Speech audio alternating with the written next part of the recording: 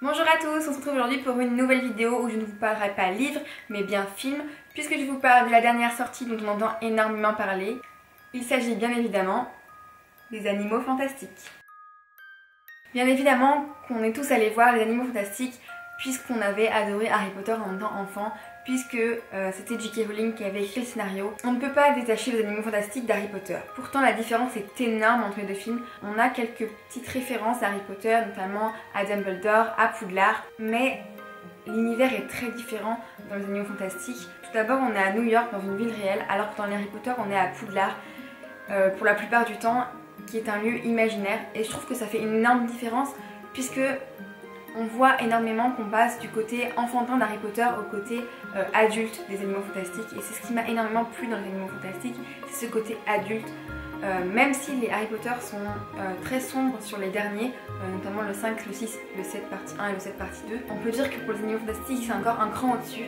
Tout d'abord les personnages sont adultes, l'intrigue est très sombre, même les couleurs du film sont sombres. On a vraiment un film qui s'adresse à un public différent, un public plus vieux. C'est d'ailleurs un peu le cas du public d'Harry Potter, puisque là où on était tout jeune quand on a regardé les premiers Harry Potter, aujourd'hui on est beaucoup plus vieux et on n'a plus forcément envie d'un film pour enfants.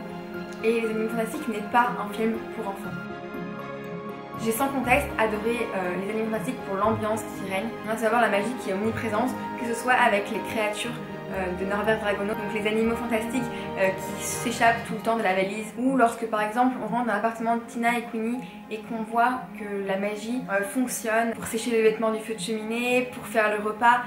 J'ai trouvé ça merveilleux, d'ailleurs la scène où Queenie cuisine, fait le repas en quelques secondes grâce à la magie, j'ai trouvé cette scène magnifique.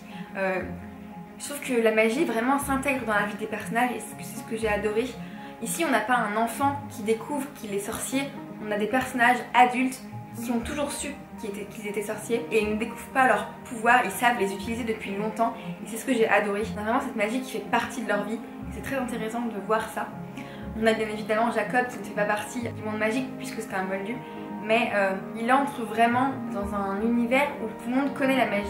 Il est vraiment le seul à ne rien connaître, mais c'est un moldu donc c'est différent. Là où dans Harry Potter on avait Harry qui ne connaissait pas son identité de magicien, enfin de sorcier, Hermione qui ne savait pas, qui ne connaissait rien du monde magique avant de recevoir sa lettre. On a vraiment ici des gens qui savent qu'ils sont sorciers et qui savent utiliser leur pouvoir. J'ai trouvé ça vraiment génial. Au niveau de la bande son, on a une bande son qui est formidable. La musique s'adapte très bien aux scènes et vous plonge tout de suite dans l'ambiance, surtout l'introduction avec le petit thème Harry Potter qui est juste génial. Ça vous met les frissons partout, je vous jure. Bien évidemment, les couleurs sont plus sombres. On est dans un New York des années 20, mais c'est quand même un New York très sombre. On sent bien l'oppression qui règne, la chasse aux sorcières, cette prohibition qu'on a. J'ai trouvé ça très très bien fait. J'ai beaucoup aimé l'ambiance qui règne dans ce film. Bien évidemment, comment vous parler de l'ambiance de film sans vous parler de la valise de Norbert Dragono, puisque c'est le moment le plus magique du film. Lorsqu'on rentre dans la valise de Norbert Dragono et qu'on découvre ce qu'il y a à l'intérieur, je n'ai pas envie de vous spoiler parce que c'est vraiment de la magie ce moment.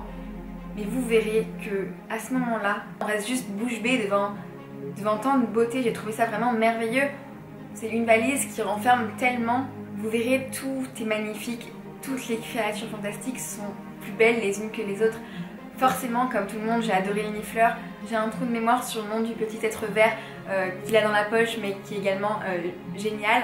Et moi, j'ai beaucoup aimé. Vous verrez, dans la valise, il y a des petits êtres que Jacob doit nourrir, qui ressemblent un peu à des lamas avec des énormes yeux. Et je les ai vraiment juste adorés, ils sont trop mignons. Si je pouvais en avoir un chez moi, je vous jure que j'en adopterais un tout de suite.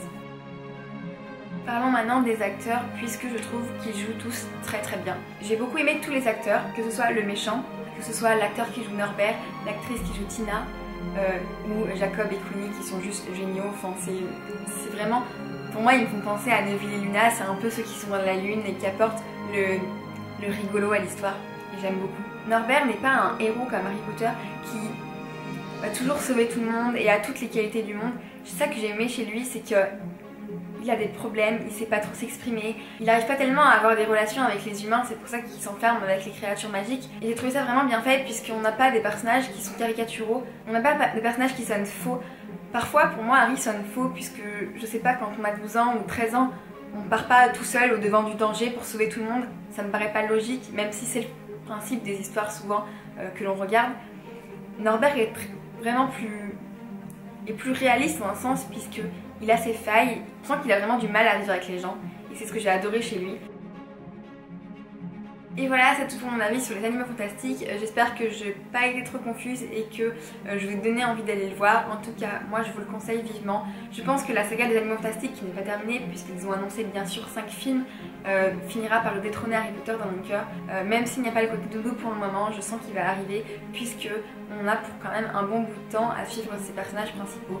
Je ne vous l'avais pas dit en début de vidéo, mais je suis allée voir en VF et je pense y retourner très rapidement pour aller le voir en VO puisque ça m'intéresse de comparer un peu les deux. En tout cas, n'hésitez pas à me laisser en commentaire votre avis si vous l'avez vu ou si vous avez envie de le voir ou pas. La nuit s'est couchée, donc je suis désolée si la nuit n'est pas top. En tout cas, je vous fais d'énormes bisous et je vous dis à très vite.